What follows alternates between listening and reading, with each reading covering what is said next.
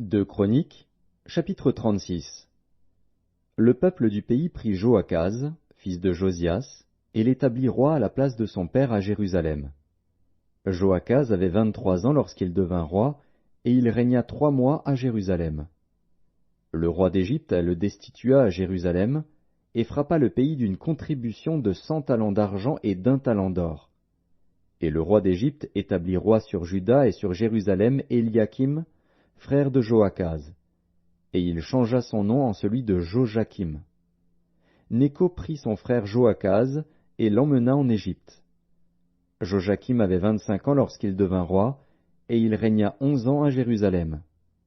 Nebuchadnezzar, roi de Babylone, monta contre lui, et le lia avec des chaînes d'airain pour le conduire à Babylone. Nebuchadnezzar emporta à Babylone des ustensiles de la maison de l'Éternel, et il les mit dans son palais à Babylone. Le reste des actions de Jojakim, les abominations qu'il commit, et ce qui se trouvait en lui, cela est écrit dans le livre des rois d'Israël et de Juda. Et Jojakim, son fils, régna à sa place. Jojakim avait 8 ans lorsqu'il devint roi, et il régna 3 mois et 10 jours à Jérusalem. Il fit ce qui est mal aux yeux de l'Éternel. L'année suivante, le roi Nebuchadnezzar le fit emmener à Babylone avec les ustensiles précieux de la maison de l'Éternel. Et il établit roi sur Juda et sur Jérusalem Sédécias, frère de Jojakim. Sédécias avait 21 ans lorsqu'il devint roi, et il régna 11 ans à Jérusalem. Il fit ce qui est mal aux yeux de l'Éternel, son Dieu. Et il ne s'humilia point devant Jérémie, le prophète, qui lui parlait de la part de l'Éternel. Il se révolta même contre le roi Nebuchadnezzar, qu'il avait fait jurer par le nom de Dieu. Et il raidit son cou et endurcit son cœur, au point de ne pas retourner à l'Éternel, le Dieu d'Israël. Tous les chefs des sacrificateurs et le peuple multiplièrent aussi les transgressions selon toutes les abominations des nations. Et ils profanèrent la maison de l'Éternel, qu'il avait sanctifiée à Jérusalem. L'Éternel, le Dieu de leur père, donna de bonne heure à ses envoyés la mission de les avertir, car il voulait épargner son peuple et sa propre demeure.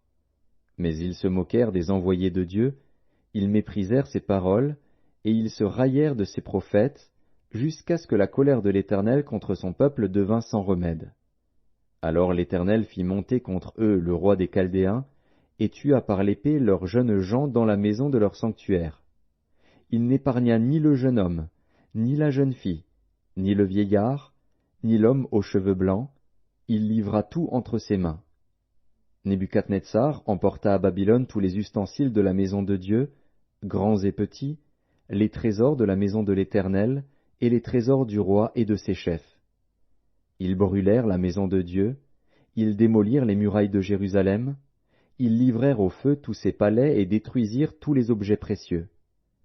Nebuchadnezzar emmena captifs à Babylone ceux qui échappèrent à l'épée, et ils lui furent assujettis, à lui et à ses fils, jusqu'à la domination du royaume de Perse, afin que s'accomplît la parole de l'Éternel prononcée par la bouche de Jérémie. Jusqu'à ce que le pays eût joui de ses sabbats, il se reposa tout le temps qu'il fut dévasté, jusqu'à l'accomplissement de 70 ans. La première année de Cyrus, roi de Perse, afin que s'accomplît la parole de l'Éternel prononcée par la bouche de Jérémie, l'Éternel réveilla l'esprit de Cyrus, roi de Perse, qui fit faire de vive voix et par écrit cette publication dans tout son royaume. Ainsi parle Cyrus, roi de Perse. L'Éternel, le Dieu des cieux, m'a donné tous les royaumes de la terre, et il m'a commandé de lui bâtir une maison à Jérusalem en Juda. Qui d'entre vous est de son peuple? Que l'Éternel, son Dieu, soit avec lui, et qu'il monte